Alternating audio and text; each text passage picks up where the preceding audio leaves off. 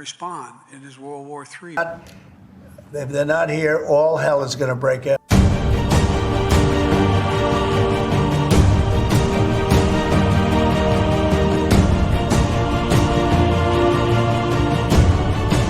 Correcto, mi hermano, correcto. Claro, lo que pasa es que, obviamente, de esta línea profética se desprenden grandes temas.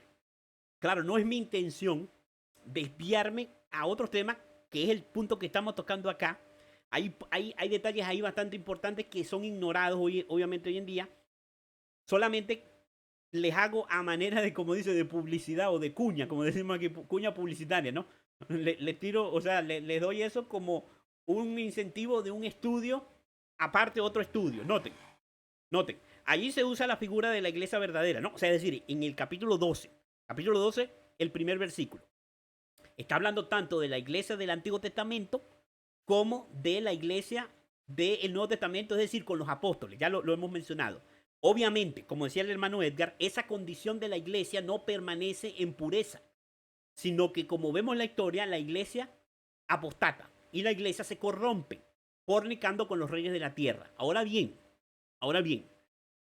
además de ese símbolo, nosotros tenemos que la iglesia actual, la iglesia adventista del séptimo día, no es la mujer. Noten, la iglesia adventista del séptimo día enseña que ellos son la iglesia verdadera porque ellos son la mujer del capítulo 12. O sea, somos remanente de la mujer nosotros. Exactamente. No somos una mujer, somos remanente. La iglesia adventista no es la esposa de Cristo, porque es lo mismo que ocurre en la parábola de las 10 vírgenes. La esposa que está esperando al esposo en la parábola de las 10 vírgenes es una. Las vírgenes, que son las invitadas, son el pueblo adventista. El pueblo adventista son las vírgenes, no la esposa de Cristo. La esposa pura de Cristo no es la iglesia adventista. La iglesia adventista son los invitados a la boda o los hijos de la mujer. Es decir, el resto de la descendencia de la mujer, los que guardan los mandamientos de Dios y tienen el testimonio de Jesús. La novia de la Jerusalén. Exacto, la novia de la Jerusalén. Así que esa designación de que la iglesia adventista es la iglesia de Cristo, es la iglesia pura de capítulo 12, es una falsa interpretación. La iglesia adventista nunca, ni en su mejor momento espiritual, ha sido la esposa de Cristo. Nosotros somos las 10 vírgenes o somos el resto de la descendencia de la mujer, los hijos de la mujer. Nosotros somos los que quedamos en la última generación de lo que fue la mujer originalmente. La mujer de la antigüedad, la mujer del Antiguo Testamento y la mujer del cristianismo, o sea, de la iglesia cristiana que se corrompió. Ahora bien, eso solamente lo digo, claro, lo podemos estudiar con mucha más calma en estudios posteriores. Ahora bien, lo que estoy queriendo decir es que volvamos al capítulo 17, ¿verdad? A la lectura, para poder avanzar. Noten lo que dice entonces el pastor Urias Smith. Él sigue diciendo. Notemos, él dice acá. Bueno, para dar una presentación completa de ella, retrocede y da algunos de los hechos de la historia pasada. Los protestantes creen generalmente que la mujer apóstata, tal como se presenta en este capítulo, es un símbolo de la iglesia católica. Esta iglesia y los reyes de la tierra ha habido una conexión ilícita y con el vino de su fornicación o su falta de doctrina, los habitantes de la tierra han sido embriagados. Noten, el vino, como ya creo que nosotros lo entendemos, representa las doctrinas de Babilonia. Ahora noten algo interesante. Ya lo leímos. Dice que la mujer tiene una copa de oro llena de las abominaciones y del vino del furor de su fornicación. Nosotros hemos entendido que el vino son las falsas doctrinas de la iglesia católica. Ahora noten, el vino es el resultado de la fornicación de la ramera. Es decir, las falsas doctrinas son adoptadas por la iglesia cuando la iglesia comienza a buscar la unión con los reyes de la tierra. Noten, la mujer fornica, es decir, la iglesia fornica con los reyes de la tierra. Eso produce un vino que es del furor de su fornicación.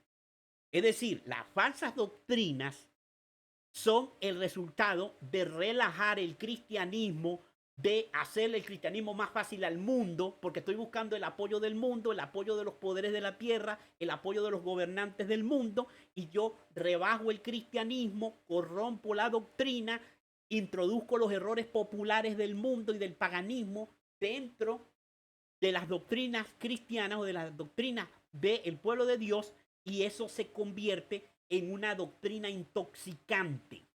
Es decir, en una doctrina muy popular, muy fácil de asimilar, pero que embriaga, intoxica y hace imposible que nosotros podamos entonces beber el vino nuevo, el vino puro de la palabra de Dios, que es la doctrina pura de Cristo. Ahora bien, noten, sigamos adelante en lo que nos dice el pastor William Smith para poder avanzar. Noten, él dice, iglesia y Estado. Esta profecía es más precisa que otras aplicables al poder romano. ¿En qué distingue entre la iglesia y el Estado? Aquí tenemos a una mujer, la iglesia, sentada sobre una bestia de color escarlata, el poder civil, por el cual es sostenida y que ella controla y guía para sus propios fines, como un jinete controla al animal sobre el cual está sentado. Entonces notemos lo que nos está mencionando acá. Aquí Urias Smith, muy acertadamente el pastor Urias Smith nos dice que aquí se nos está hablando de lo mismo que los pies de la imagen de Daniel 2, del barro y el hierro.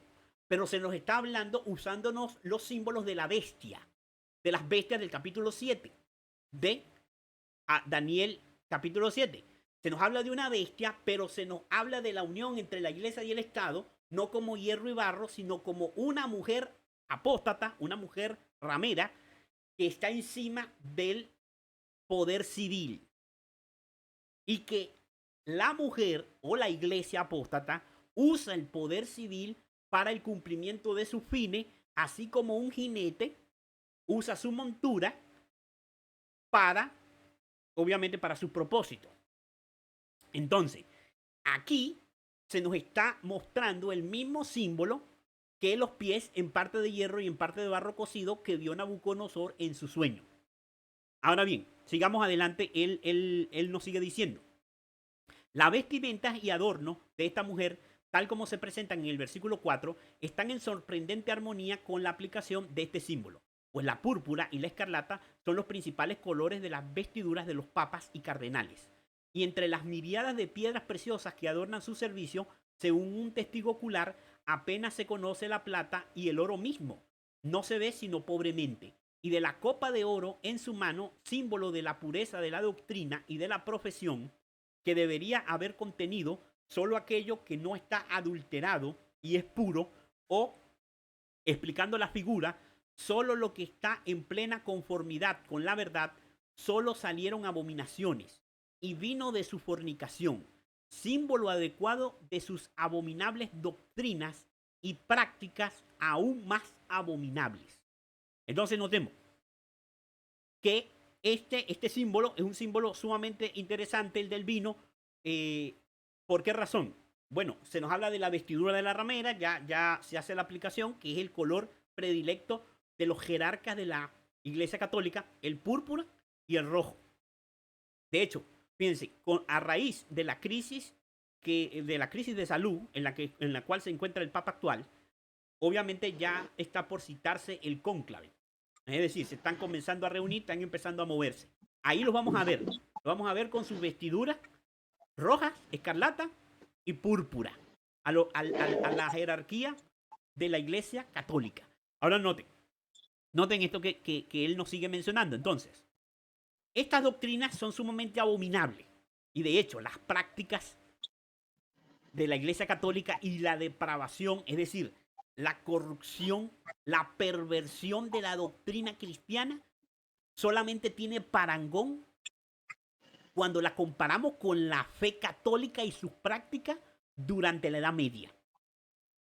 Es una corrupción que más adelante lo vamos a ver, que sorprende por cómo puede haber un poder que profese tanto cristianismo por un lado y al mismo tiempo sea la misma boca del infierno.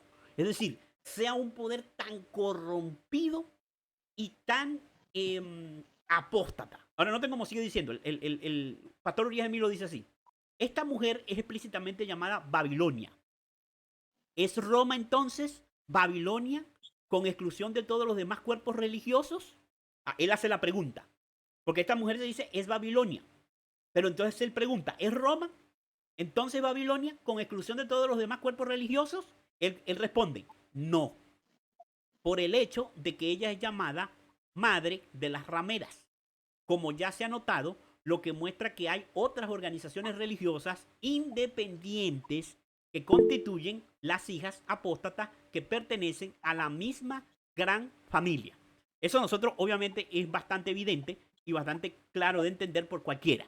Aquí, si bien la ramera Babilonia señala directa y de forma específica a la Iglesia Católica, en la misma descripción nos dice que esa ramera no está sola. Esa ramera tiene hijas que también son rameras, como ella. Es decir, organizaciones religiosas que tienen como origen la Iglesia Católica y que han repetido la actuación de la madre. Es decir, también ha buscado el apoyo del poder civil y han buscado ¿qué? Corromperse en su doctrina. ¿El hermano Edgar levantó la mano?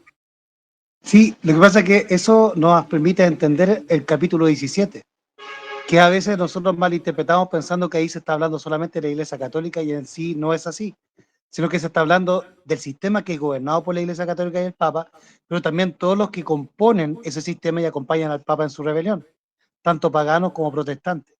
Ahora, usted saltó un tema ahí que, bueno, no es tema doctrinal, pero él habla de algo histórico que ocurrió en 1825 con el Papa León XII.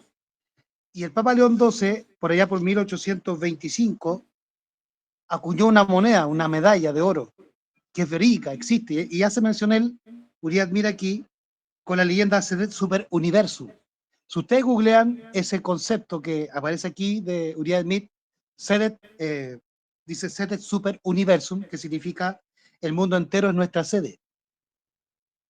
Eso existió realmente y aquí tenemos la medalla que en 1825 acuñó el Papa León XII, de la que habla Uriah Smith. Aquí no se ve mucho porque esta es la medalla original, ¿perfecto? Ahí está la ramera, la mujer, con el cáliz. Y es bien parecida a la Estatua de la Libertad. Ahora, lo interesante es que acá aparece un dibujo de ella. Y aquí ya es más notorio en el dibujo el cáliz en su mano. Fíjense. Ahí tiene el cáliz en su mano. Búsquenlo. Obviamente por aquí no se puede ver bien, pero si ustedes lo googlean, buscan la palabra que cita el hermano Uriah Smith, que se llama Sede Super Universum, y Google le va a mandar, van a imágenes y van a aparecer las medallas de este Papa con la efigie. Mire, aquí aparece un dibujo mucho más claro. Permíteme y para darle el paso al hermano. Miren, ahí tiene el cáliz en la mano, ¿qué cosa? La mujer. Esto no fue hecho por protestantes ni por adventistas, sino por el Papa Pío XII, perdón, León XII, en que ellos mismos como Iglesia Católica se autodenominan como la ramera de Apocalipsis. Ellos saben quiénes son. Lo que pasa es que el católico laico y la gente protestante no saben quién es la Iglesia Católica, pero los papas saben muy bien quiénes son ellos. Hermano, disculpe. No, muchísimas gracias, mi hermano. Muchísimas gracias por ese aporte. Muy importante porque es una evidencia histórica de la identidad de este símbolo. Ahora bien, sigamos adelante. El pastor Uriah Smith ahora entonces pasa al versículo 6 en su libro, ¿verdad? Versículo 6 dice, de Apocalipsis 17, y vi a la mujer ebria de la sangre de los santos y de la sangre de los mártires de Jesús, y cuando la vi quedé asombrado con gran asombro. Él también lee el versículo 7 y dice, y el ángel me dijo, ¿por qué te asombra? Yo te diré el misterio de la mujer y de la bestia que la trae, la cual tiene las 7 cabezas y los 10 cuernos. Noten cómo él entonces comenta, el pastor Uriah Smith dice, una causa de asombro. ¿Por qué Juan se maravilló con gran asombro cuando vio a la mujer embriagada con la sangre de los santos? ¿Acaso la persecución del pueblo de Dios era algo extraño en sus días? ¿No había visto a Roma lanzar sus más encarnizados anatemas contra la iglesia? Estando él mismo desterrado bajo su cruel poder, en la época en que escribió? ¿Por qué entonces habría de asombrarse al mirar hacia adelante y ver que Roma seguía persiguiendo a los santos? El secreto de su asombro era precisamente este.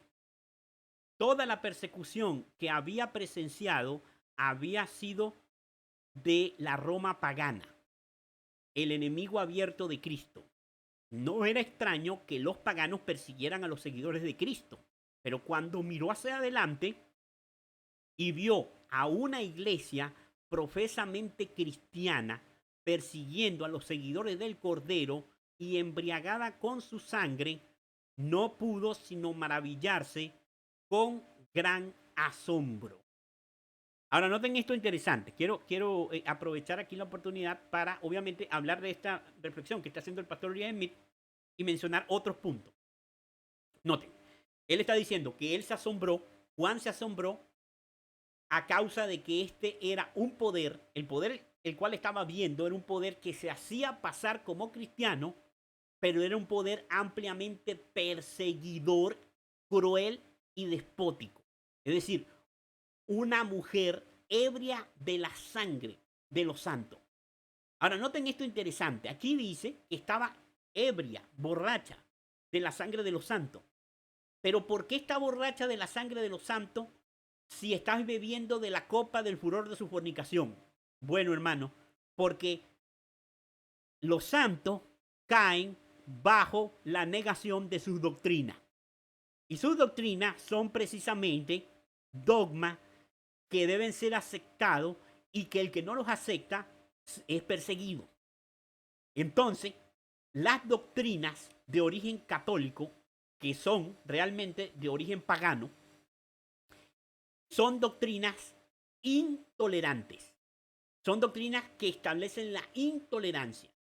Y son doctrinas que generan en aquellos que las creen y que las sostienen intolerancia. Por eso la ramera está borracha con el vino del furor de su fornicación, pero al mismo tiempo está ebria de la sangre de los santos.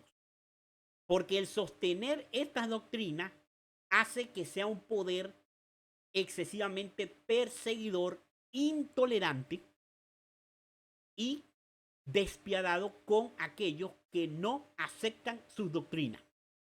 Por esta razón, hermano, nosotros siempre debemos entender que la intolerancia, hermano, la intolerancia religiosa no tiene cabida en la vida y experiencia, enseñanza, predicación de aquellos que dicen sostener la verdad y de aquellos que dicen ser del pueblo de Dios.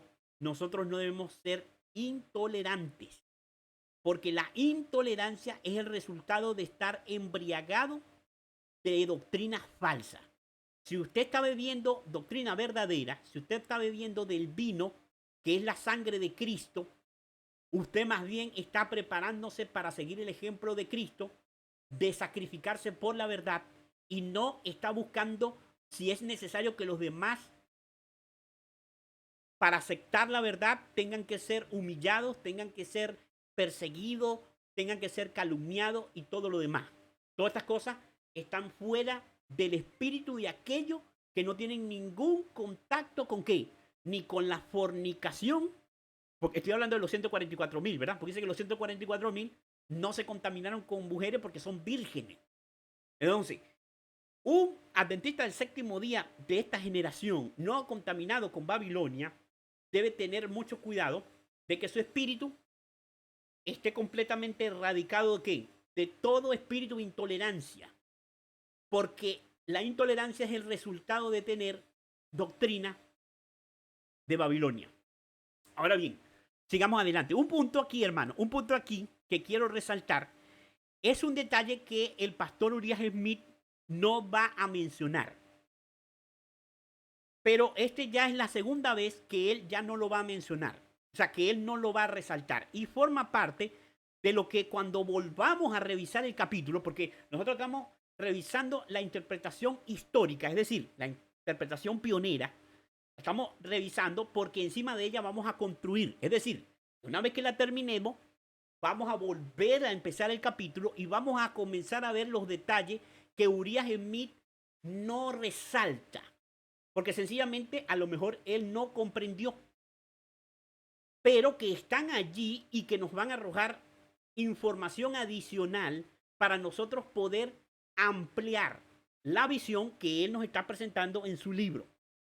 Aquí en este versículo, ya quiero es mencionarle que si ustedes quieren y están leyendo ahí sus Biblias, le pongan una marquita porque después vamos a volver a ese versículo a analizar un detallito que está allí que aparentemente Urias en mí pasa por alto.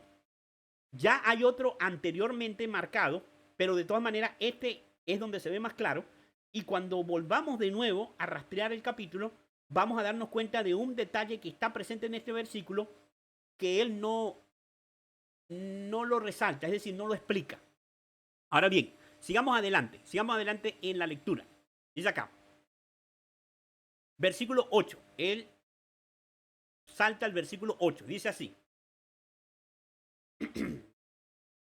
La bestia que has visto era y no es y está para subir del abismo e ir a perdición, y los moradores de la tierra, aquellos cuyos nombres no están escritos desde la fundación del mundo en el libro de la vida, se asombraron viendo la bestia que era y no es y será. Él sigue leyendo, dice, esto para la mente que tenga sabiduría. Las 7 cabezas son 7 montes sobre los cuales se sienta la ramera o la mujer, y son 7 reyes, versículo 10. Son 7 reyes, 5 de ellos han caído, uno es y el otro aún no ha venido, y cuando venga es necesario que dure breve tiempo. La bestia que era y no es también la octava, y es de entre los 7 y va a la perdición. Ahora noten, él interpreta entonces ahora estos versículos, y él dice, Roma en 3 fases. Él dice lo siguiente, la bestia de la que habla aquí el ángel es evidentemente la bestia escarlata. Una bestia salvaje como la que aquí se presenta es un símbolo de un poder opresor y perseguidor.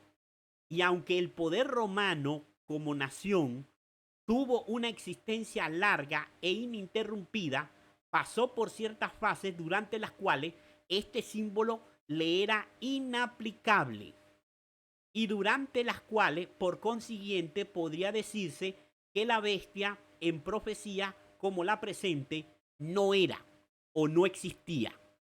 Ahora noten lo que él está tratando de decir acá. Él obviamente está haciendo una aplicación. Él está haciendo una aplicación de que esta bestia escarlata es ¿qué? Es Roma. ¿De dónde él sacó esa aplicación? Bueno, él está asociando esta bestia escarlata con el dragón escarlata del capítulo 12 de Apocalipsis. Porque es la misma línea profética. La línea profética empieza en el capítulo 12 con el dragón escarlata que se para delante de la mujer. Y ahora él ve una bestia escarlata y él obviamente sabe, esta es Roma. Ahora noten, él nos dice que la designación de bestia solamente se aplica a una nación cuando la nación es perseguidora. Obviamente, cuando nosotros vamos al libro de Daniel y nosotros vamos al capítulo 7, allí se presentaron bestias a Daniel. El león, el oso, el leopardo y la cuarta bestia espantosa y terrible que tenía un cuerno pequeño. Todos estos eran poderes perseguidores del pueblo de Dios, o fueron poderes perseguidores del pueblo de Dios a lo largo de la historia, desde Babilonia, Medo-Persia, Grecia, Roma, en su fase pagana y papal. Ahora bien, aquí nos está diciendo que este símbolo, al decirnos que esta bestia tiene 3 fases, esta bestia tiene 3 fases, dice, era, no es y será. Noten, está diciendo que Roma tiene 3 fases en diferentes tiempos. Noten, pasado, presente y futuro. Por eso dice, era. Es decir, el verbo ser, pero conjugado en pasado. Era una bestia. No es y será una bestia. Futuro. Ahora entonces notemos lo que nos está hablando aquí, que esto es importante porque es parte de lo que es las profecías. Y necesitamos entenderlo para poder tener una visión correcta de lo que consiste en una profecía. Es decir, él nos está diciendo, este poder tiene 3 fases. Fase pasada, fase presente y fase futura. Al hablar de bestia y decir que no es una bestia, quiere decir que no es un poder perseguidor. En ese momento no es un poder perseguidor. La nación romana solamente puede ser una bestia cuando persigue. Cuando no persigue, no es una bestia. Esto es importante que nosotros lo entendamos. Ahora bien, sigamos adelante en la lectura para poder avanzar. Notemos. Él sigue diciendo. Dice acá. Ajá. Así, Roma, en su forma pagana, era un poder perseguidor en su relación con el pueblo de Dios, durante el cual constituía la bestia que era. O sea, la bestia que era la Roma pagana. Pero el imperio se convirtió nominalmente al cristianismo. Hubo una transición del paganismo a otra fase de la religión falsamente llamada cristiana. Y durante un breve periodo, mientras duraba esta transición, perdió su carácter feroz y perseguidor, y en ese entonces se pudo decir que la bestia no era. Es decir, en el presente, o sea, desde el punto de vista de lo que él lo está analizando. Él sigue diciendo, el tiempo pasó y se degeneró en papismo. Y de nuevo asumió su carácter sanguinario y opresivo, y entonces constituyó la bestia que todavía es o será. Es lo que en nuestra traducción dice, la bestia que será. O que en los días de Juan iba a ser. Note. ¿Qué es lo que está tratando entonces de decir Uriah Smith acá? Ajá, bueno, hay una mano levantada, hermano. Mano Edgar, si tiene un comentario, adelante. Sí, un comentario bien, es que es fabuloso esto, porque un poquito, no sé si me adelanto un poco, hermano Eduardo, pero la bestia que era el Imperio Romano cuando perseguía, la bestia que no es cuando Roma se transforma en cristiana a través de los bárbaros, las tribus bárbaras. Las tribus bárbaras gobernaron un tiempo de unos 50, 60 años Roma, y luego le entregaron el poder al Papa. Entonces, ahí donde yo decía que gracias al hermano Eduardo yo comprendí ahora Apocalipsis 17, porque yo me ensimismaba solamente en la parte pasada, histórica pasada, de esta interpretación profética. Pero había un problema con la mirada historicista preterista, fanática, que esto también es aplicable hacia el futuro. La bestia que era, no es y será, no es solamente aplicable al pasado. Y vemos lo que nos está diciendo el hermano Eduardo, que lamentablemente Uriah Smith, bueno, en lo que él comenta, producto que él vivía hace 200 años atrás o 150 años atrás, él pudo visualizar lo del pasado solamente. Y no pudo ver totalmente el cumplimiento de esta profecía para el tiempo presente. Entonces, el otro día, escuchando al hermano Eduardo, atisbó este cumplimiento para nuestro tiempo, el de que era, no es y será. Entonces, al principio yo no lo entendí, pero ahora, repasando esto que el hermano nos está hablando con Uriah Smith y con la historia pasada, comprendí lo que el hermano nos quería compartir o participar. Entonces, para el tiempo moderno, esto vuelve a cumplirse. Entonces, para nuestro tiempo, ¿cuándo la bestia era? En el papado, cuando Roma era papal. Ahí persiguió. ¿Cuándo la bestia dejó de ser en nuestro tiempo? Cuando recibió la herida mortal en 1798. Y Europa y Occidente, América, ya no es gobernada por el emperador, sino por quién?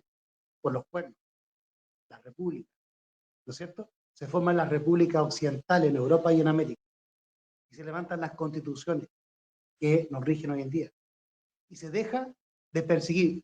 A través de esas constituciones, los estados le prohíben a la Iglesia Católica perseguir. Porque sepan ustedes que la Inquisición en España y en Perú pasaron en el siglo XX. La Inquisición en Perú llegó hasta el año 1930 más o menos, igual que en España. Entonces, son las constituciones modernas y las repúblicas modernas las que paralizaron el poder perseguidor de Roma papal. Y ese periodo está finalizando porque el Papa está recuperando su poder o está sanando su herida en que volverá a perseguir. Pero ahora el Papa ya no persigue él mismo, sino que va a usar otro poder, y ahí me conecto con lo que estaba explicando el hermano Eduardo el otro día, que el proceso de la etapa presente o futura de la Roma ahora, en esas tres etapas, cuando Uriah Smith me habla de tres fases de Roma, me está hablando del Imperio Romano, no de la historia de Roma, ¿ya? La historia de Roma tiene otras fases como los monarcas, la república. Aquí me está hablando de tres fases del Imperio Romano, el Imperio Romano pagano, después vienen los tribus bárbaras y luego viene el papado. Y lo mismo que aparece en Daniel 7, ¿verdad? La bestia, el dragón, le salen 10 cuernos y luego aparece el cuerno pequeño. Por lo tanto, históricamente y bíblicamente, la transición entre la Roma imperial perseguidora y la Roma papal perseguidora es un lapso de tiempo corto en que gobernaron las tribus bárbaras, Roma, pero no persiguieron porque no eran bestias, y ellos al final de su reinado le entregan el poder a la bestia, al papá. Y eso mismo aparece, comprendo yo, aquí en Apocalipsis 17, para nuestro futuro presente y futuro cercano. En este caso, sería Estados Unidos, según lo que recojo lo que estuvo explicando el hermano Eduardo el otro día, sería Estados Unidos con la figura misma de Donald Trump, el que viene a cumplir la tercera fase del Imperio Romano para nuestro tiempo, en que volverá a perseguir. Porque Roma hoy en día no tiene el poder que tenía la Edad Media, sino que va a usar los cuernos igual que la Edad Media, y en este caso el cuerno que va a usar es el país del norte, Estados Unidos, que está compuesto de los distintos cuernos. No sé si me equivoco, pero más o menos, hermano Eduardo, lo que yo entendiendo un poco en base a lo que le escucho a usted y lo que iba leyendo aquí. Excelente, hermano, excelente. Fíjense. Y gracias, hermano, gracias por su participación, porque puedo evidenciar, hermano, que el estudio de todos esos que hemos tenido está dando fruto, porque es lo importante, que nosotros hagamos nuestras ideas propias de estas comprensiones proféticas que vamos adquiriendo. Y me siento bendecido por el Señor al ver que el hermano Edgar está tratando de tener su propia experiencia con este conocimiento. Muy bien, fíjense. Claro, el hermano, yo entiendo, porque el hermano quiere ser cuidadoso. El hermano quiere ser cuidadoso, tampoco quiere, pero fíjense, voy a ponerlo así, pero para que lo podamos entender y lo podamos entender claramente. Noten. Lo que el hermano está diciendo no es lo que dice Uriah Smith, pero noten. Lo que ocurre es lo siguiente. Ahorita lo vamos a ver. Uriah Smith lo que dice, en lo que acabamos de leer, es lo siguiente. Él dice, la bestia que era en el pasado era la Roma pagana, que llega un momento en que se convierte al cristianismo falsamente. Él dice al falso cristianismo. Eso es en la época de Constantino. Cuando se convierte Constantino, la bestia deja de ser bestia, porque la transición de convertirse al cristianismo implica que no va a seguir persiguiendo a la iglesia cristiana, porque se está haciendo cristiana. El poder perseguidor se hizo cristiano. Entonces, pero él explica, pero cuando el papado retoma el poder, es decir, en el 538, entonces la bestia será. Es decir, noten lo que estoy queriendo decir, las tres fases, noten. La bestia que era en el pasado es la Roma pagana. Cuando llega Constantino, se convierte al cristianismo, la bestia deja de ser perseguidora. Hay un Pero problema, hermano cuando Eduardo, porque sí, históricamente Constantino sí persiguió. De sí, hecho, persiguió y persiguió a los euros cuando los robó. Por lo tanto, ahí no podría aplicarse a Constantino porque Constantino sí persiguió y los emperadores cristianos sí persiguieron. Cuando la historia me muestra que no fue perseguido el cristianismo a través de los tribus bárbaras. Porque Constantino persiguió a Arrio y persiguió a los euros cuando los trobó, y por eso se formó el Concilio de Nicea, por el tema de la Trinidad. Un poco, para tenerlo, bueno, lo estamos estudiando. Adelante, hermano. correcto. Pero notemos, sí es cierto, que hubo persecución, pero esa persecución duró mucho tiempo. Note, voy a ponerlo así, note, para que nosotros podamos ver lo que el hermano nos está diciendo, porque es cierto, pero noten lo que ocurrió allí. Constantino se convierte al cristianismo, ¿verdad? Hay ese acercamiento entre la iglesia perseguida se convierte ahora en la iglesia oficial del Imperio Romano. Ahora, viene Constantino, muere Constantino, vienen sus tres hijos, y hay una lucha interna entre ellos. Uno mata al otro, elimina al otro, quedan dos. Uno se radica en el occidente, el otro se marcha al oriente, allá a la Constantinopla. Ahora, lo que estoy queriendo mencionar con esto es que comienzan las invasiones bárbaras. Las invasiones bárbaras son tribus paganas, no son tribus cristianas. Ahora, en ese tiempo, Roma comienza a perseguir, ¿pero por qué? Comienza a hacer un trabajo de adoctrinar a las tribus bárbaras, las comienza a convertir al cristianismo, y ahí es donde tres tribus de forma especial se oponen, que son las antitrinitarias, es decir, las arrianas, y esas tribus se convierten en un obstáculo para que el papado tome el poder. Ahora noten, eso duró muchos años desarrollándose. Desde el año 330, que es cuando Constantino cambia la capital, hasta el año 538, que es expulsada la última tribu bárbara. Es decir, que podríamos decir que ese periodo duró, ¿qué? Como 200 años. Ahora noten, esto es lo que plantea Uriah Smith. Ahora noten, noten. Cualquiera podría decir, bueno, pero entonces lo que están tratando de decirnos, que más bien la bestia eran los 1260 años, y cuando recibe la herida de muerte deja de ser, pero la bestia, su herida de muerte va a ser curada, entonces esa es la bestia que será. Noten, Uriah Smith no lo aplica de esa forma, pero es lo que menciona la profecía.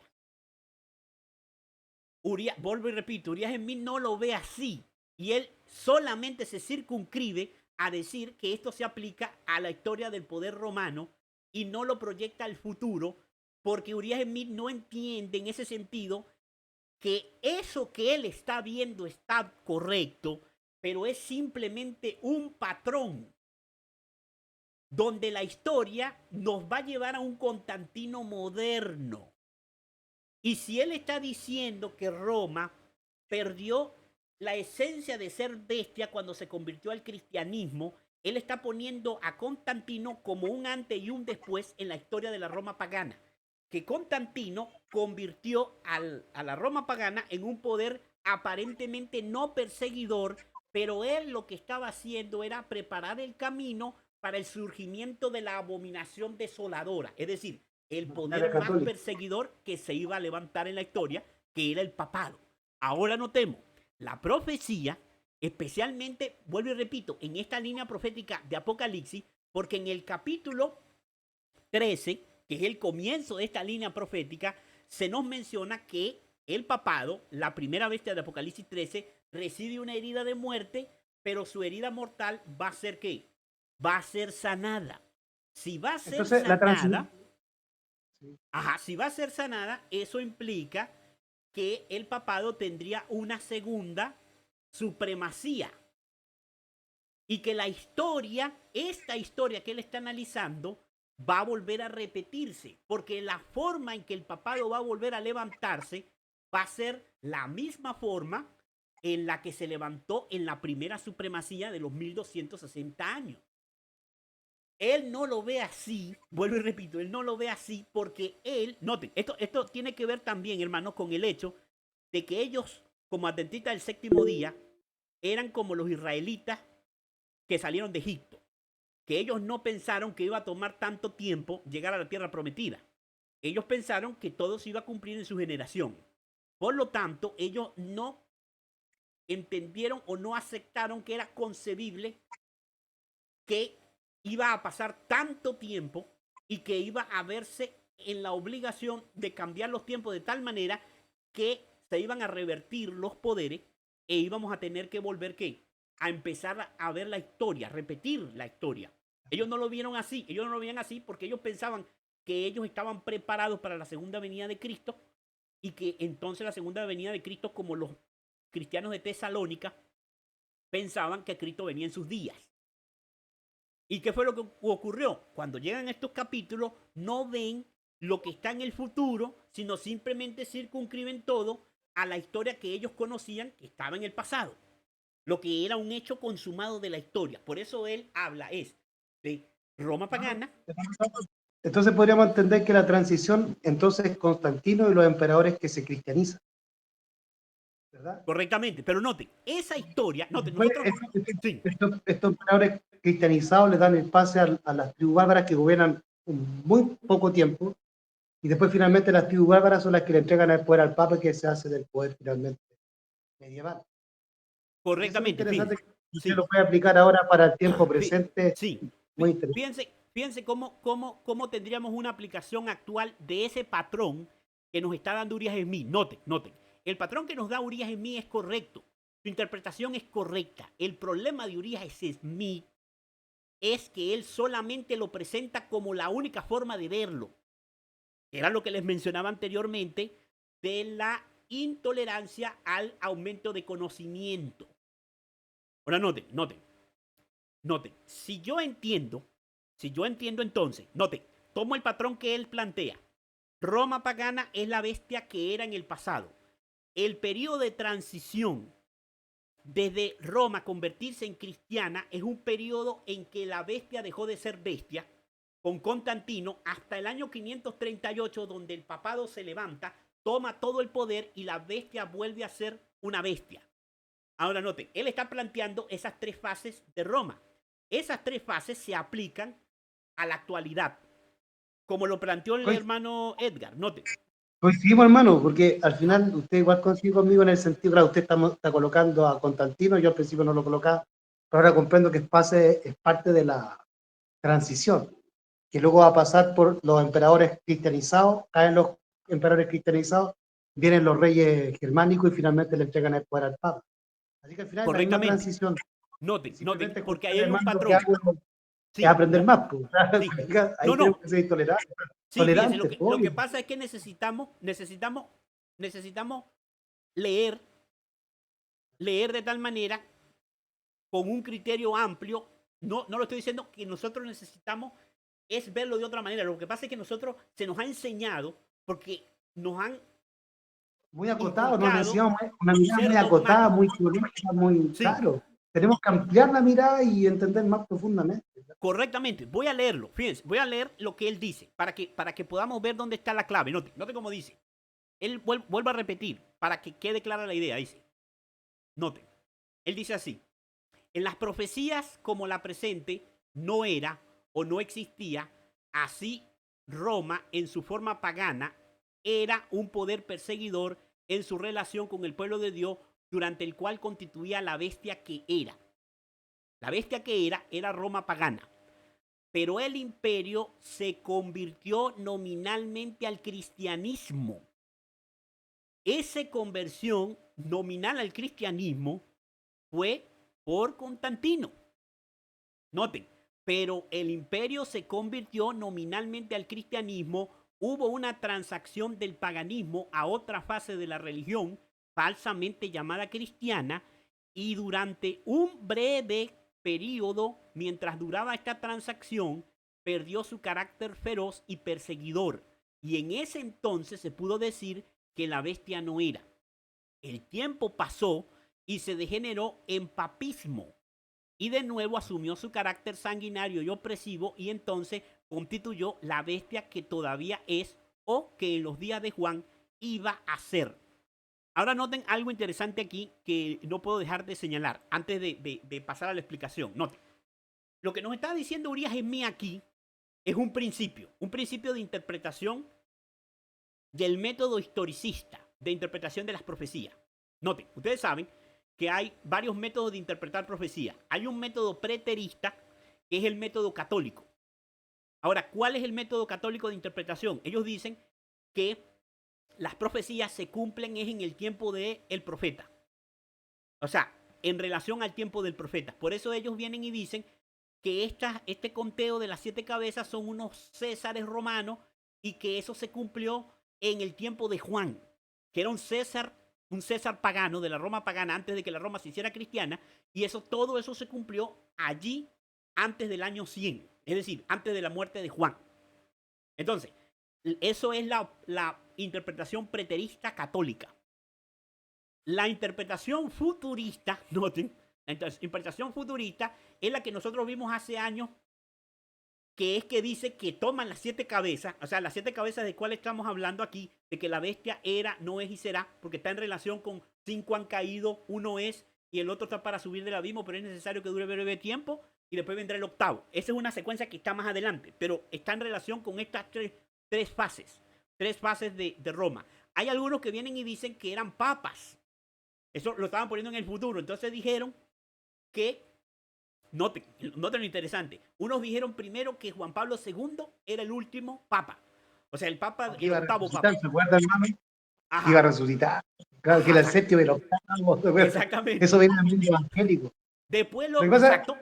déjeme Noten, hacer pero, un paréntesis. Lo que pasa es que cuando ajá, murió el Papa Juan Pablo II, yo era evangélico, no era adventista.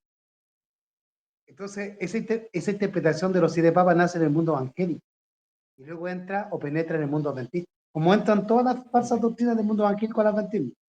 Pues muchos adventistas se van a escuchar a pastores evangélicos y ahí penetran estos vinos.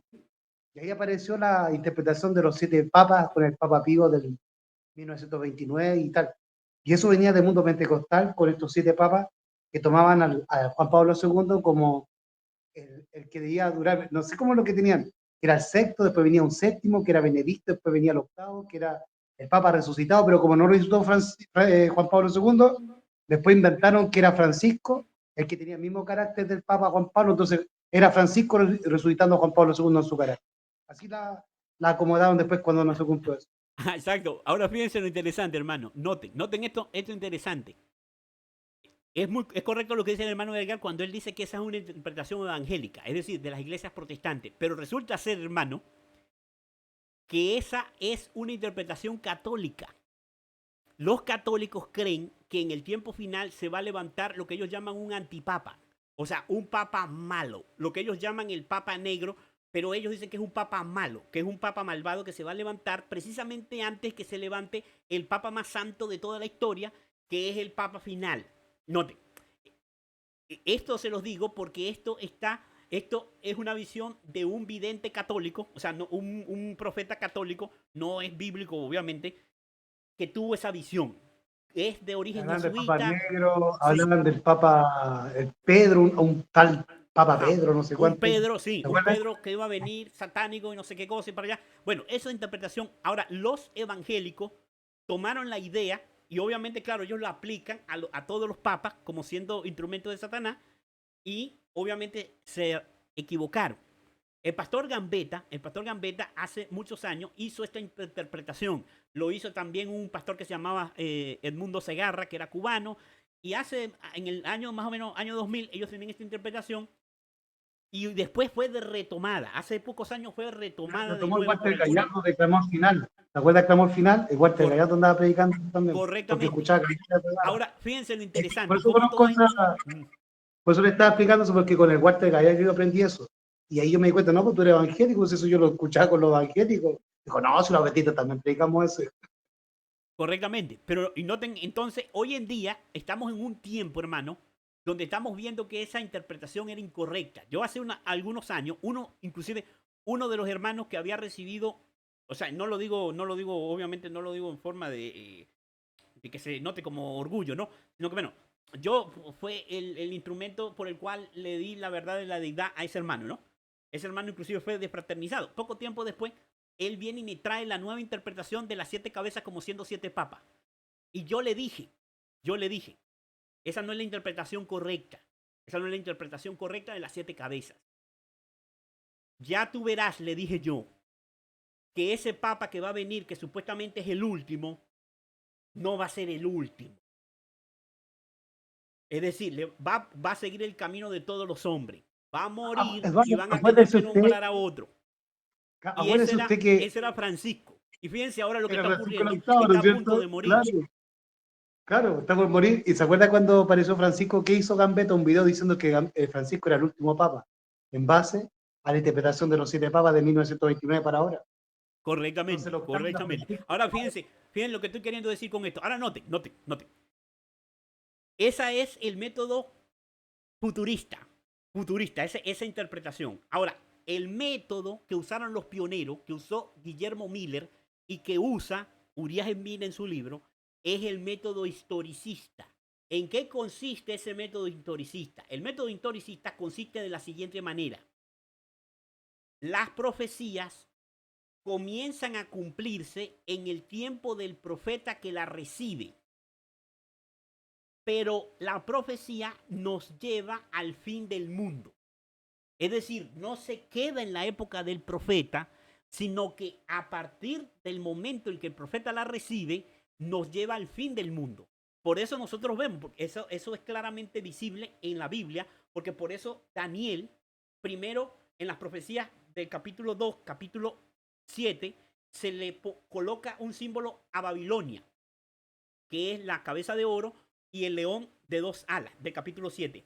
Cuando cae Babilonia y Daniel tiene otra visión profética, ya Babilonia no está como imperio universal, ya ha sido derrotada y por eso sale del escenario de las profecías.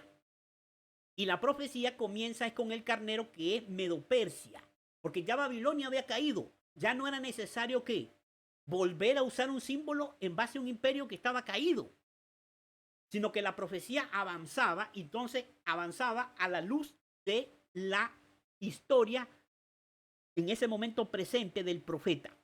Por eso en el capítulo 8 no hay símbolo para Babilonia y en el capítulo 11 tampoco se nos habla de Babilonia, porque ya en la época de Daniel ya Babilonia había sido derrotada por los medos y los persas.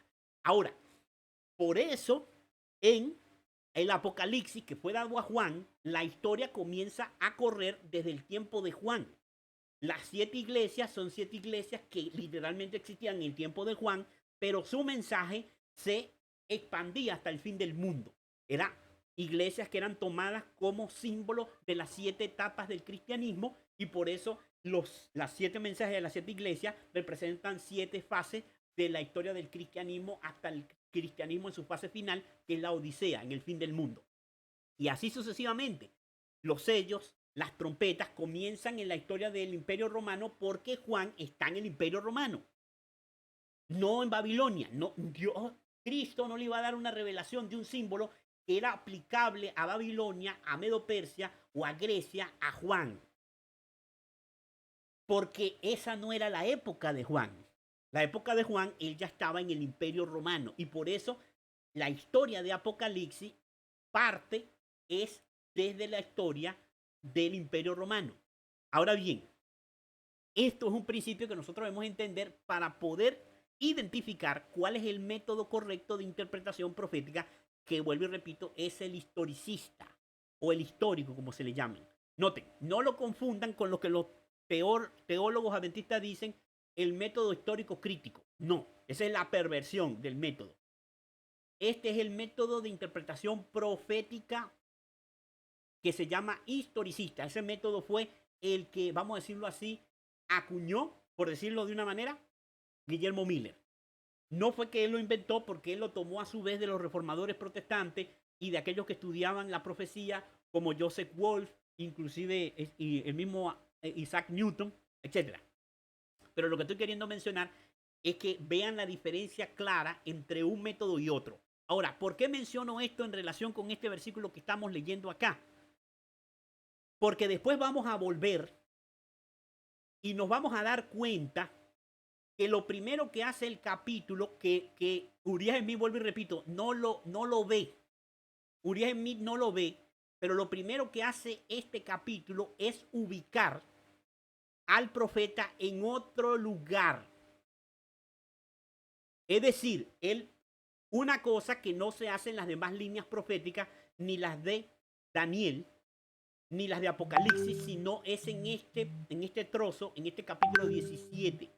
Aquí Juan, lo primero que nos dice el capítulo 17, y después lo vamos a analizar, pero solamente quiero que lo vean, que era lo que yo había mencionado anteriormente, de que era otro detalle que Uriah Smith no menciona, es que el capítulo 17 comienza diciendo: vino entonces uno de los 7 ángeles que tenía las 7 copas y habló conmigo diciéndome. Este ángel es uno de las 7 copas, es decir, del capítulo 16, donde están las plagas postreras. Las 7 copas de las plagas postreras. Es decir, eso es después del tiempo de gracia, cuando caen las copas. Pero a fin de entender el castigo de la gran ramera, tenía que volver al pasado. Pero ¿a cuál punto del pasado tenía que volver Juan? Uriah Smith toma que es el punto del pasado de su vida, literal. Es decir, que él murió alrededor del año 100, dicen algunos estudiosos, ¿no? Juan. Entonces, Uriah Smith toma que en algún momento de ese periodo es que cuenta esta profecía, y que por lo tanto él estaba parado en ¿dónde? En el tiempo del Imperio Romano pagano. Pero resulta que el versículo 1 dice que el ángel le dice: ven acá y te mostraré la sentencia de la gran ramera, la que está sentada sobre muchas aguas. Versículo 2, con la cual han fornicado los reyes de la tierra, y los moradores de la tierra se han embriagado con el vino del furor de su fornicación. Y el versículo 3 dice: y me llevó en espíritu al desierto. O sea, está la iglesia del Nuevo Testamento. Exacto. Noten. El profeta está siendo movido de su tiempo al Hacia el desierto. futuro. Pero noten, no es el desierto del Antiguo Testamento, sino No, el desierto ¿dónde de está la esta línea mujer? profética del ¿Dónde está capítulo la mujer? 12. Claro. Ajá.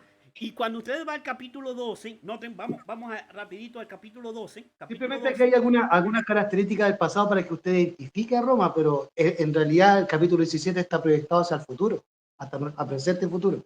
¿O no, hermano Correctamente, Eduardo? correctamente. Noten.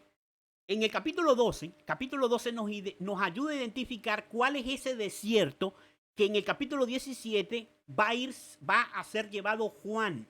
Noten, capítulo 12, versículo 5. Dice, y a ella, es decir, a la mujer, se le dio, y ella dio a luz, un hijo varón que regirá con vara de hierro a todas las naciones, y su hijo fue arrebatado para Dios y para su trono.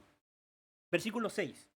Y la mujer huyó al desierto, donde tiene lugar preparado para que allí la sustenten por 1260 días. Ahora noten, el desierto no es el tiempo de Juan. El desierto No, es es el tiempo de la iglesia. 1260 días. Por lo tanto, noten, cuando yo me ubico de esa manera, que Juan está parado es en el desierto, es decir, en los 1260 días, yo puedo entender, pero entonces la bestia que era es la bestia papal, porque él está parado en los 1260 días. Cuando la bestia Ahí para recibe no su se herida de digan. muerte en 1798, la bestia deja de ser, pero noten, ¿cuál es el imperio que surge? Noten, no Entonces, son los estamos 10 entendiendo cuernos. las cosas como unidad. Sí. Hermano, la interpretación oficial que teníamos los historicistas hasta el día de hoy era lo que quedó de los errores de Uriah Smith en la iglesia oficial.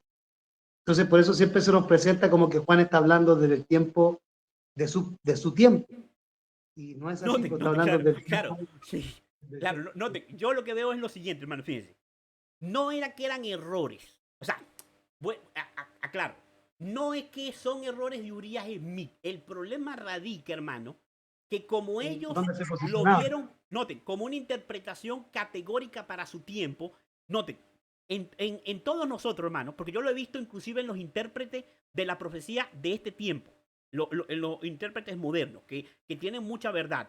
Pero como en todo corazón humano, hermano, se levanta el espíritu de que cuando yo veo una verdad, siempre se mezcla con el yo. Le voy a explicar por qué. Porque usted comienza a pensar que esa manera de verlo, como usted ve el asunto, es la única manera de verlo. Entonces, cuando viene otra persona y lo presenta de una manera diferente, usted dice, no, esa posición es un error. Eso es lo que pasa con Uriah Smith y con muchos otros. Él es muy categórico en su forma de decir, esta es la interpretación. Y no deja lugar a que puede haber una ampliación de lo que él está planteando y de lo que él está diciendo, porque lo que hay que es interpolar lo que él dice, porque noten, él es el que da el patrón correcto. Él es el que da el patrón correcto de cómo la bestia era, no es y será. Pero eso no circunscribe la profecía simplemente a la interpretación de Uriah Smith. Él está edificando, hermano. Él está edificando, él está poniendo un bloque. Pero encima de ese bloque tiene que ir otro bloque para que el templo pueda crecer, el templo de la verdad, el templo de la iglesia verdadera a lo largo de los tiempos, el templo que dice que nosotros somos piedra viva, edificada ciertamente por los hombres, pero para Dios preciosa. Es decir, es un templo que es espiritual, porque nosotros somos como bloques de la iglesia verdadera que estamos siendo puestos uno sobre el otro. Yo me apoyo en el que está abajo, pero yo voy a servir de soporte al que viene después de mí. Ahora, lo que estoy queriendo mencionar, Estaríamos como un estilo de legalismo, hermano, en cuanto a las citas, o sea, decir, hay que tomarla así, así, así, ¿no? Pues, o sea, hay que ser estudiante correctamente, y hermano, ese ha sido el problema. Y por eso nosotros vemos que ha sido el problema con estos hermanos que anteriormente discutieron con nosotros sobre si el rey del norte era Turquía. Porque no son capaces de entender la naturaleza de cómo Dios guía a su pueblo en asuntos proféticos. Lo mismo le pasó a los pioneros cuando los pioneros pusieron sus interpretaciones, es decir, la luz que Dios le dio a Guillermo Miller. Guillermo Miller fue expulsado de la iglesia bautista. ¿Por qué? Porque esa interpretación de profecía no era consona con los dirigentes bautistas. Entonces los dirigentes lo acusaron a él. Usted tiene una interpretación falsa de la profecía, va para afuera de la iglesia bautista.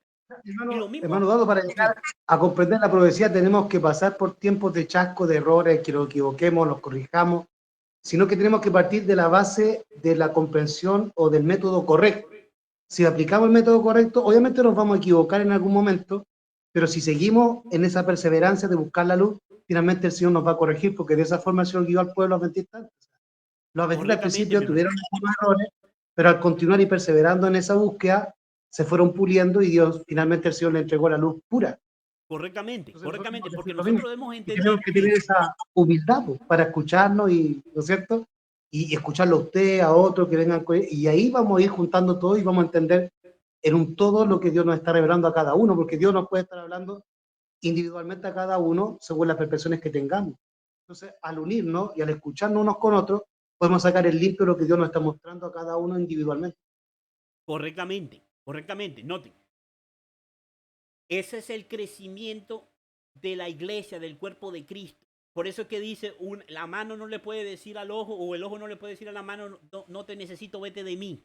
Porque no puede haber intolerancia. Eso es parte de negar la experiencia en Cristo, que ha sido el problema del pueblo de Dios durante toda la existencia. Note, ¿cuál fue el problema con los protestantes? ¿Cuál fue el problema con Lutero, los seguidores de Lutero, con los de Calvino o con lo de Juan Hus, lo de Juan Wycliffe?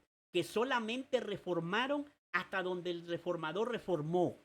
Pensaron que el reformador tenía toda la suma de la verdad, y cuando vino el mensaje de Dios por parte de otros, lo rechazaron. Y eso fue lo que hizo que la iglesia, la iglesia protestante, que había sido llamada a ser el último remanente de Dios, se convirtiera en Babilonia. Porque no Como utilicistas reciben la corremos el mismo verdad. riesgo. Correcto, no reciben la verdad por el peso de la evidencia, sino que son fanáticos dogmáticos que no conocen el mensaje. Voy a ponerlo así, hermano, se lo voy a poner así. Estos hermanos que son muy expertos para sacar, volviendo al punto del rey del norte, como siendo Turquía, que son muy expertos de sacar las citas de Urías en mí diciendo que el rey del norte en los últimos versículos es Turquía, son hermanos que solamente tienen esas citas para discutir del punto. Jamás han leído todo el libro de Urías en mí, nunca han analizado punto por punto el libro de Urías en mí, lo único que buscan es argumentos para contender. Ese espíritu fanático, ese espíritu de ser dogmático, es un espíritu completamente opuesto al mensaje del tercer ángel.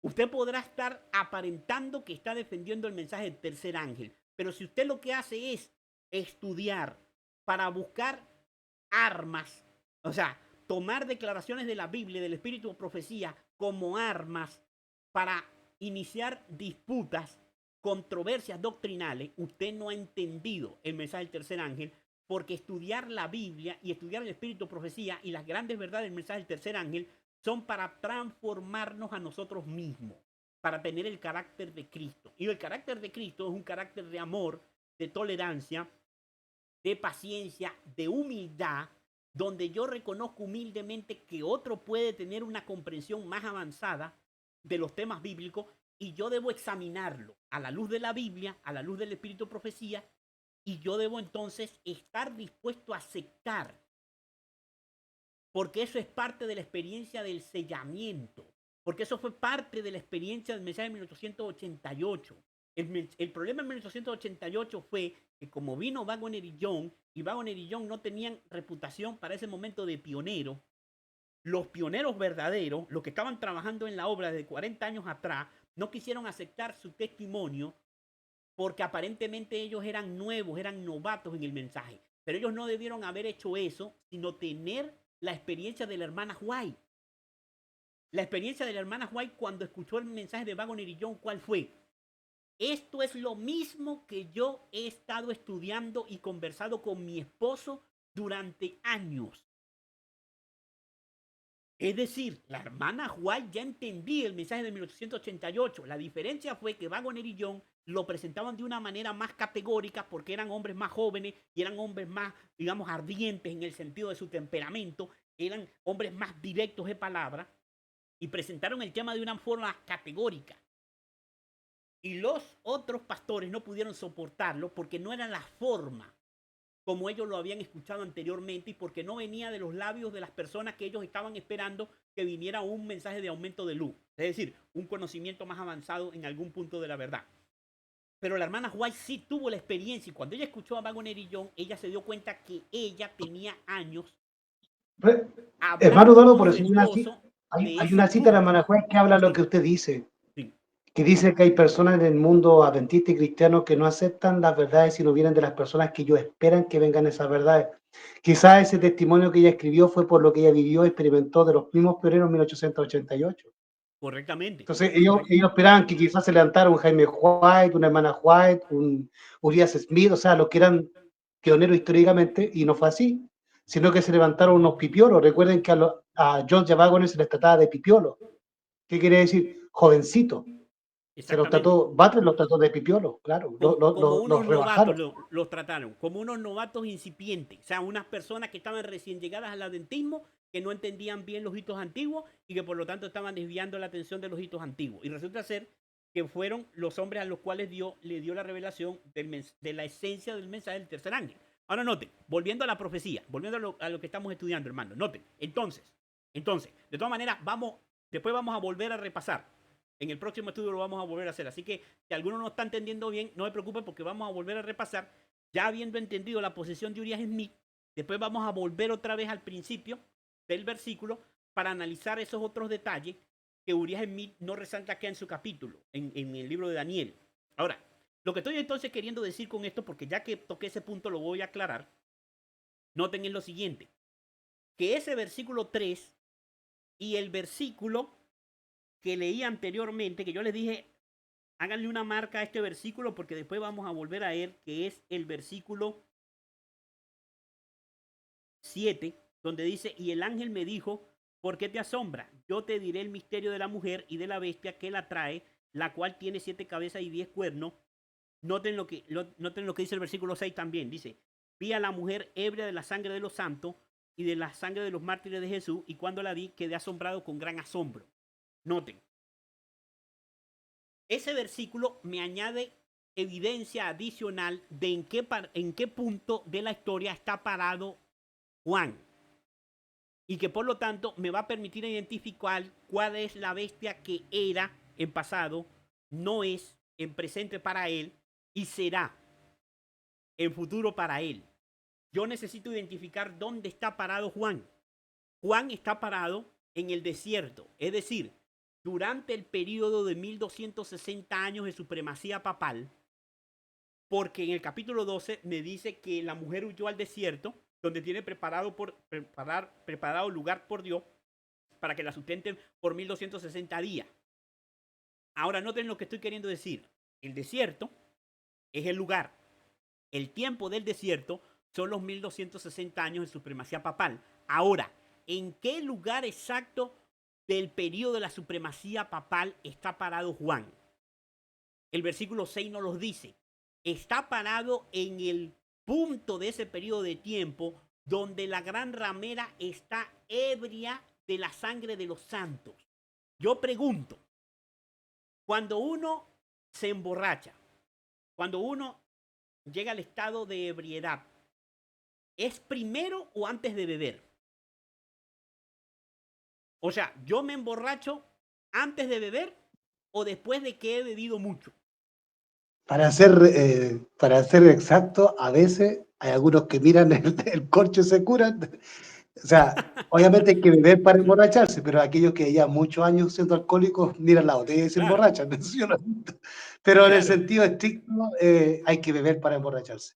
claro. Hay que beber y en este caso hay que beber mucho, ¿no? O sea, no mucho, pero me refiero, hay que excederse. O sea, si yo me tomo, voy a hablarlo así, si yo me tomo una copita, una copita de cerveza, o sea, me refiero a una copita, un vasito, pues, un vasito pequeño de cerveza, a lo mejor no me voy a emborrachar. O sea, de manera de estar ebrio, de estar completamente borracho. Para yo embriagarme, me tiene que pasar como en un sentido, claro, ese es el sentido o el extremo sería, como le pasó a Alejandro Magno cuando se emborrachó con la copa de Hércules. ¿Se acuerdan que en la historia lo analizamos? Que él bebía una copa de Hércules que tenía no sé cuántos litros y quedó tan intoxicado que obviamente posteriormente murió. Ahora note, lo que estoy queriendo decir con esto.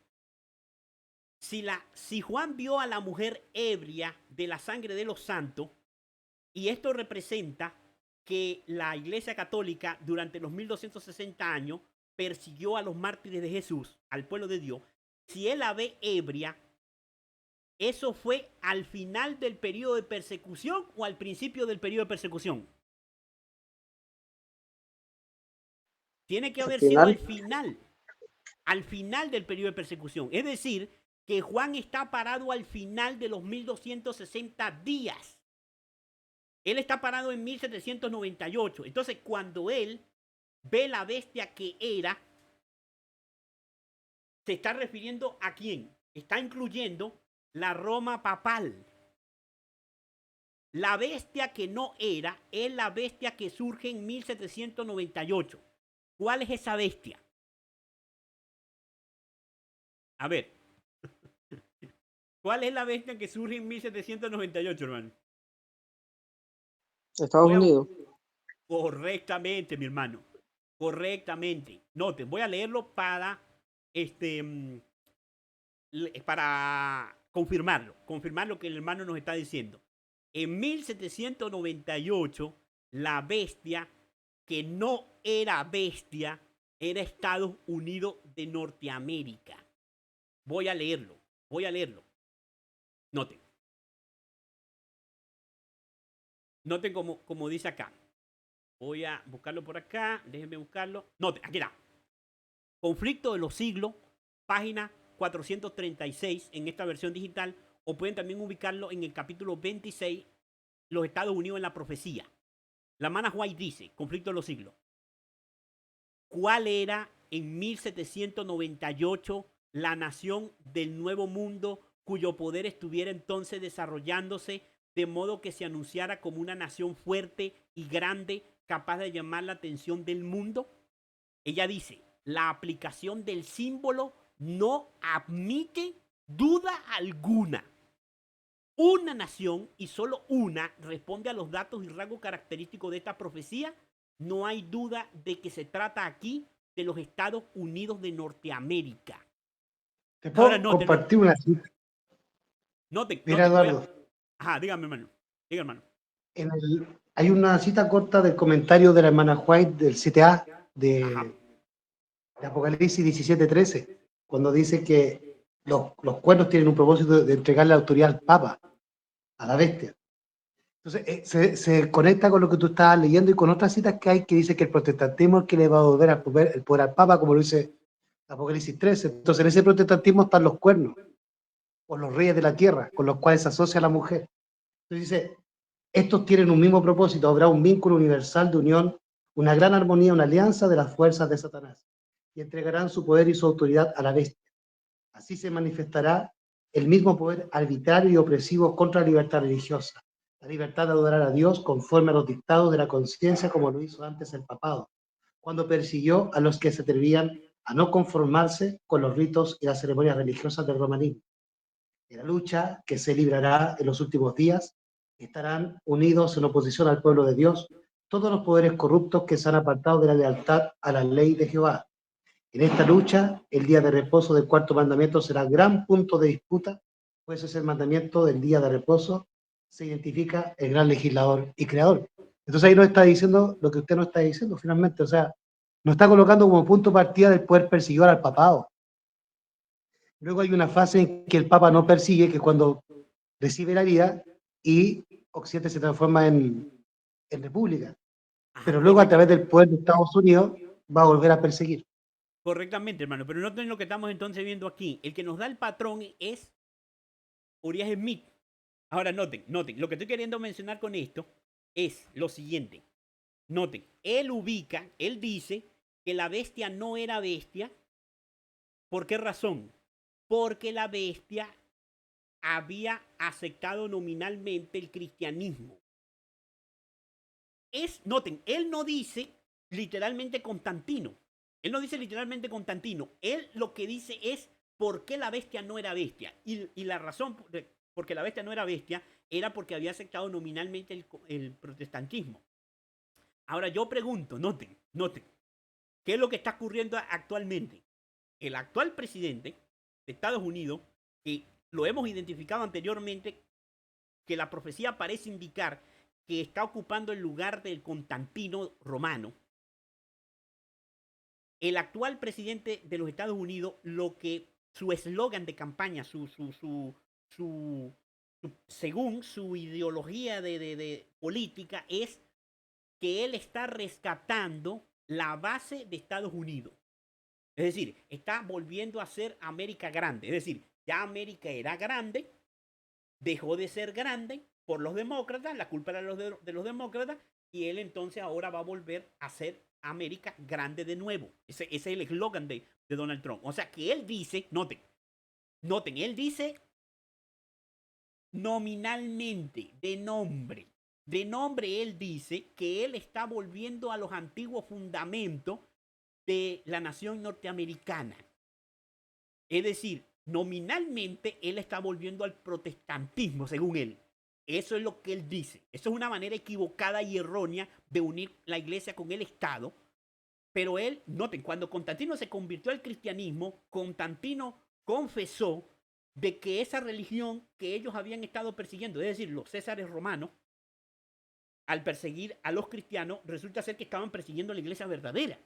Y que él era un César que él quería vindicar la iglesia o la religión verdadera, vindicar a Cristo. Entonces él se hizo cristiano. O sea, él lo hizo nominalmente, porque eso era falso.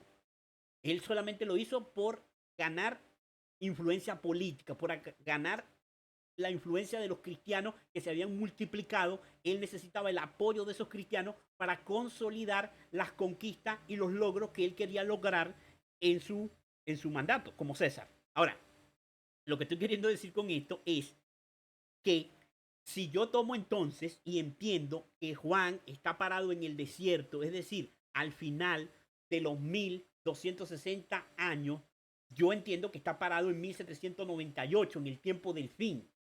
Está parado en 1798, la bestia que era la bestia papal, la bestia de la primera supremacía papal, la bestia de los 1260 años, la bestia que no era es Estados Unidos de Norteamérica hasta que se convierte en un poder perseguidor cuando levante la imagen de la bestia. ¿Qué será? O sea, la bestia ¿qué será? Será cuando Estados Unidos levante la imagen de la bestia. Esto no está en contra de lo que Urias Smith está diciendo. Quiero que lo entiendan. Esto es simplemente entender lo que no vio Urias Smith, que no está contradiciendo lo que él dice, sino que lo que estamos viendo es que si hay una supremacía papal, una segunda supremacía papal, tiene que repetirse la historia de la primera supremacía papal. Entonces, si yo ubico a Juan en su propio tiempo, en el tiempo de Juan literal, no presto atención a que él es ubicado en el desierto, sino que me ubico en el tiempo de Juan, entonces yo entiendo que la bestia que ¿era quién? La Roma pagana.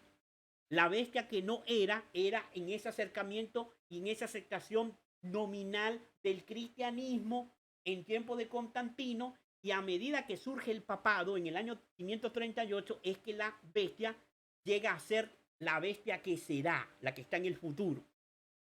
No sé si me entienden, no sé si me van siguiendo, que lamentablemente nos hace falta acá, claro, es por las limitaciones, vamos a ver cómo hacemos eso. Necesito una pizarra para ilustrarlo tal vez más gráficamente y poder hacer la idea un poco más entendible. Pero lo que estoy queriendo mencionar es que lo que dice Urias Smith es el patrón. Urias Smith, en esa frase, la bestia que era, no es y será, él nos ubica el patrón. Yo debo tomar ese patrón porque es correcto lo que él dice, tomar ese patrón y darme cuenta de que hay una segunda supremacía papal y yo voy a aplicar ese patrón al tiempo presente, al tiempo del levantamiento o del saneamiento de la herida mortal que recibe la bestia de Apocalipsis 13:1. Ahora bien, no sé si siguen hasta aquí. De todas maneras, no se preocupen, hermano. Bueno, gracias a Dios, bueno, esto está grabando hasta este momento, pero en el próximo estudio vamos a volver entonces, a partir del, del, de esta comprensión que estamos teniendo de que esta historia tiene que aplicarse por segunda vez al tiempo moderno. Noten, noten. Voy a seguir avanzando, hermano, porque quiero terminar con la parte de Uriah Smith para que el próximo estudio ya no tengamos que, o sea, ya no nos quede algo que dice el capítulo de Uriah Smith que no hayamos visto. No sé si me hago entender. Ahora noten, sé que hay algunas cositas que pueden estar, no puede estar tan clara, pero voy a seguir adelante. Noten, noten. Él llega en su libro a la parte de las 7 cabezas. Las 7 cabezas, que es otro orden o otra secuencia que se da allí, en los versículos que leímos. Noten. Se explica que las 7 cabezas son primero 7 montes y luego 7 reyes o formas de gobierno. Pues la expresión del versículo 10, y hay 7 reyes, debiera decir, y estos son 7 reyes.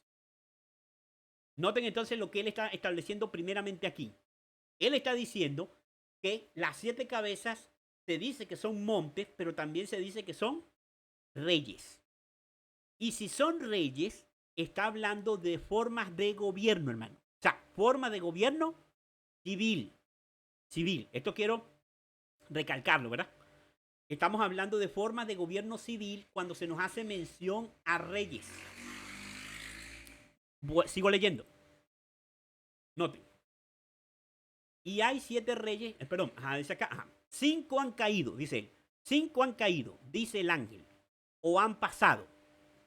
Uno es, y el sexto está entonces reinando, otro iba a venir y continuar por un corto espacio. Y cuando la bestia reapareciera en su carácter sangriento y perseguidor, iba a estar bajo la 8ª forma de gobierno, que iba a continuar hasta que la bestia fuera a la perdición. Entendimos la lógica que él sigue, ¿no? Él lo que está diciendo es, la escritura dice, la profecía dice, 5 han caído, uno es, y otro está para subir del abismo. Noten, noten, noten. 5 han caído, uno es, y otro está para subir del abismo, pero es necesario que dure breve tiempo. Y después va a venir el 8º. ¿Sí entienden? Noten, 5 han caído, uno es, serían 6. El otro está para subir del abismo, pero cuando venga es necesario que dure breve tiempo, sería el 7º. Y el 8º sería el papado, según lo que él menciona.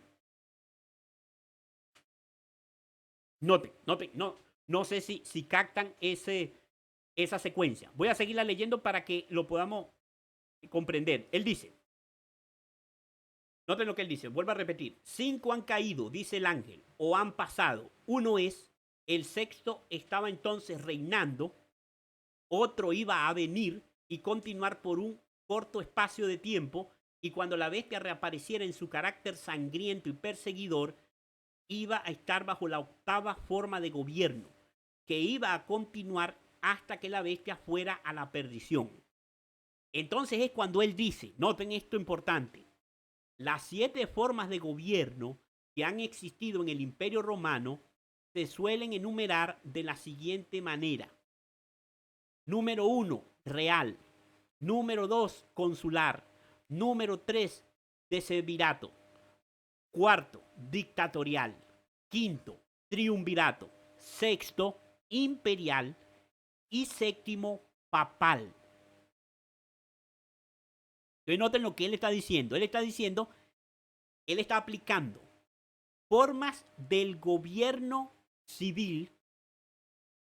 Hay declaraciones de los pioneros donde ellos son más específicos y dicen formas del gobierno civil en su forma ejecutiva. ellos dicen real, consular, decimvirato, dictatorial, triunvirato, imperial y papal. Sería la séptima. Ahora noten lo que él explica. Él dice, los reyes, los cónsules, los decimverios, los dictadores y los triunverios habían desaparecido en la época de Juan. Noten, él está aplicando que él está partiendo de la época de Juan, es decir, antes del año 100. Él vivía bajo la forma imperial, que sería ¿qué? La sexta. Dos más iban a surgir durante o después de un tiempo. Una iba a durar un corto tiempo, por lo que no suele contarse entre las cabezas, mientras que la última, que suele denominarse séptima, es en realidad la octava. Fíjense que la cuenta no cuadra. no, porque él dice, una iba a venir que no iba a ser contada. O sea, la séptima, real séptima, no iba a ser contada, sino que la séptima se iba a convertir en la octava, que es la papal. O sea que la octava iba a ser la misma octava. O sea, la séptima iba a ser la misma octava que era la papal. Eso es lo que él está explicando. Dice, noten entonces qué es lo que él está diciendo. Él está diciendo que esas 7 cabezas representan 7 formas del gobierno civil romano. En el tiempo de Juan, es decir, antes de su muerte, antes del año 100, 5 de ellas habían caído. Juan estaba parado en la fase imperial, porque los emperadores, él era del tiempo de los emperadores romanos. Él dice que la que venía por breve tiempo, la séptima, no iba a ser contada, sino que se iba a contar era la papal, que era la octava. Eso es lo que dice Uriah Smith. Ahora, como bien quiera que sea, él le está diciendo que estas 7 cabezas y este orden de 5 han caído, uno es, y el otro está para subir del abismo, pero cuando venga es necesario que dure breve tiempo, esa es la séptima. Realmente esa no se cuenta, sino que se cuenta al papado como séptimo, que es el mismo octavo. Noten, voy a leerlo desde la Biblia para ver que sea un poquitito más entendible. Noten, dice acá, Apocalipsis 17,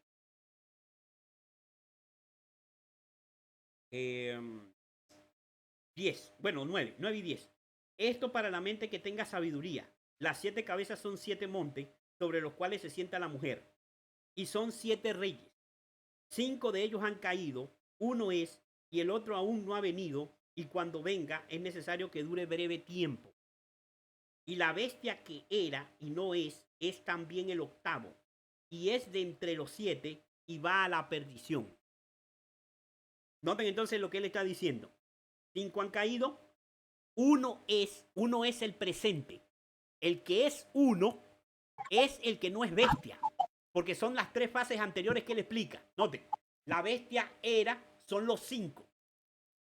La bestia no era, es el sexto.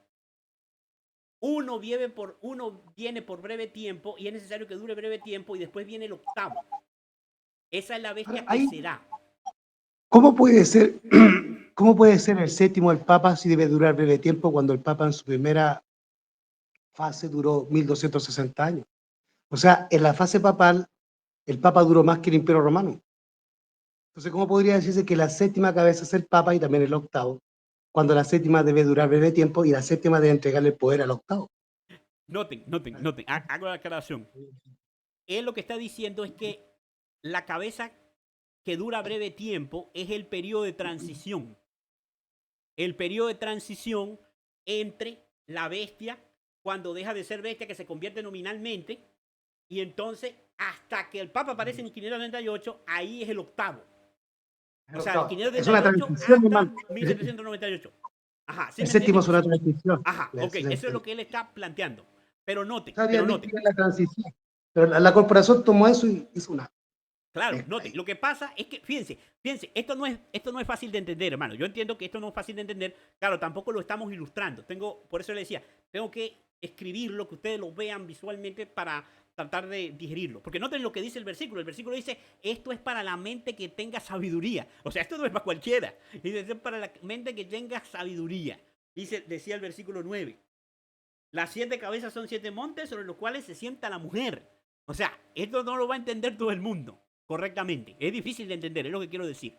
Note, entonces, lo que estoy queriendo mencionar entonces con esto, hermano, es que Uriah Smith nos dice que esas 7 cabezas son 7 formas del gobierno civil, del gobierno ejecutivo, del poder ejecutivo de Roma. Ahí él las mencionó, no las voy a volver a mencionar. Lo que quiero es que graben es la aplicación que él le da.